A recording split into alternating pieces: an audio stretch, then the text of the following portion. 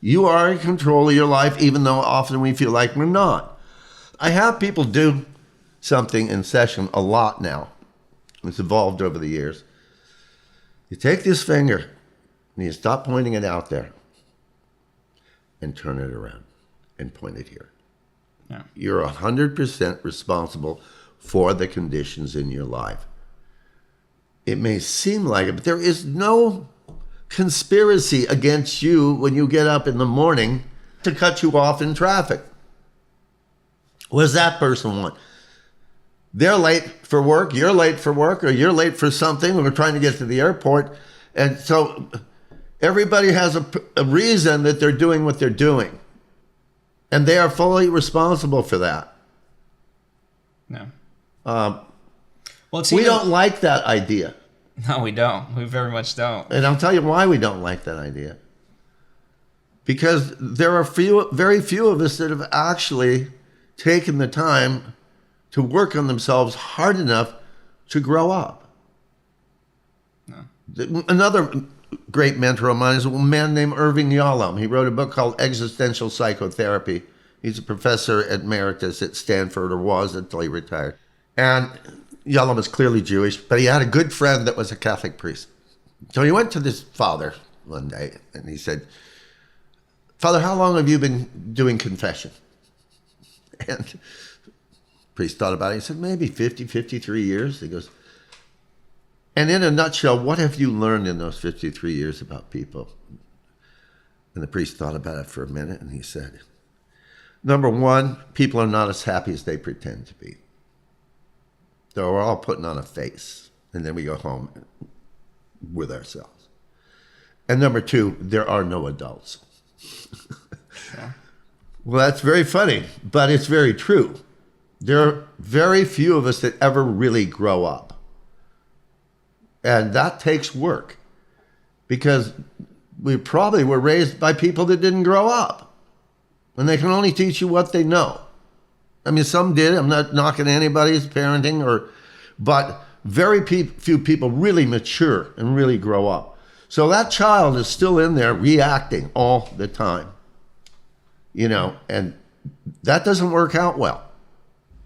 So we need to grow up. And children blame and complain. True adults do not. Children fear. This is a hard one. Children are afraid. They're small and the world is big. Children are afraid. Truly grown-up people are not. Now that seems like a very hard thing. I developed that phrase a lot of years ago, and I had a lot of fear. Oh, God knows, someone moved their hand, I jerked. I came from a realm of fear. But that kept me locked in childhood. It kept me locked in childish behavior. It's called arrested development. Okay? Well, it's even, we have to make the choice every single day, right? And one quick point, and then back to that, the idea of like relationships are 50-50.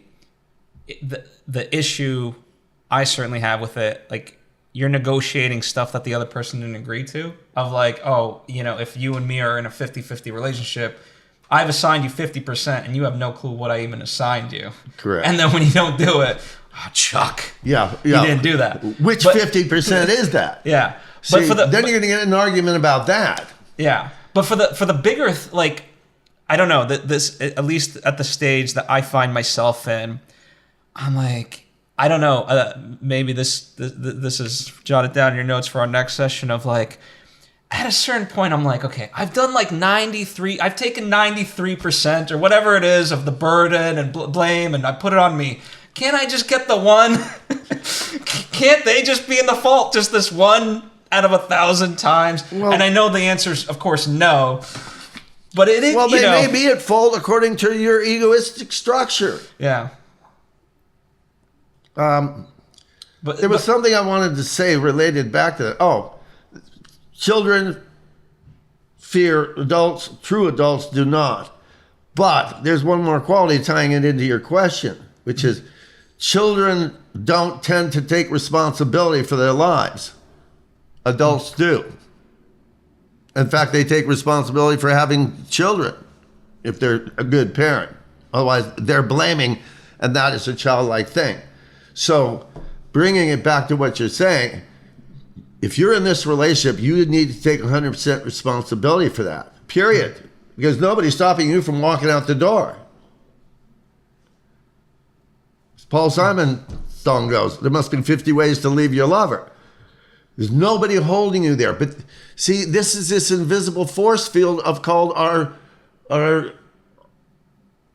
dysfunctional early environment. We're afraid of abandonment. We're afraid of being alone. So we stay for a lot of, there's a puppeteer, unseen hand, in the words of Sam Shepard, the playwright, directing your actions. But in the end, that's your choice. Viktor Frankl, in his very brilliant book, Man's Search for Meaning, he was in the German concentration camps, said the Nazis could take everything from you. They could take your health, they could take your food, they could take your family, they could take everything, but they could not take one thing. They could not take your ability to decide how to react in any given circumstance. Okay? So if you're in a bad relationship, you're 100% responsible for that. You may have married Ted Bundy for all I know. But if you stay, you are responsible for that. And they're responsible for 100% on the other side. Because as you pointed out, I mean, how do you decide what is the 50%? Now you're going to get in an argument about that. Well, I did this, I do the dishes, you take out the garbage. Okay, what? It's a lot more than those things. You know, you have to take responsibility for the place you find yourself in, lest you get to the end of your life and you're on your deathbed and I woulda, coulda, shoulda is you know, and then pointing the finger out there and blaming it like the world as if there's some kind of conspiracy. There isn't. The sun rises for all of us the same. The temperature drops and the barometric pressure drops. It drops for all of us that are in that vicinity. There's nobody plotting against you. But we don't want to take, there's this key word, we don't want to take responsibility for taking that finger and turning it around and doing the inquiry, because that's where the unhappiness comes from. And the other place, I mean, there's a lot of ideas of where unhappiness comes from, but where is it generated? Here. Where's happiness generated? Here.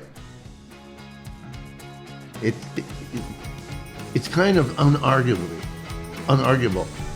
Carl Jung has a very famous quote, "Until you make the unconscious conscious, it will direct your life, and you will call it fate."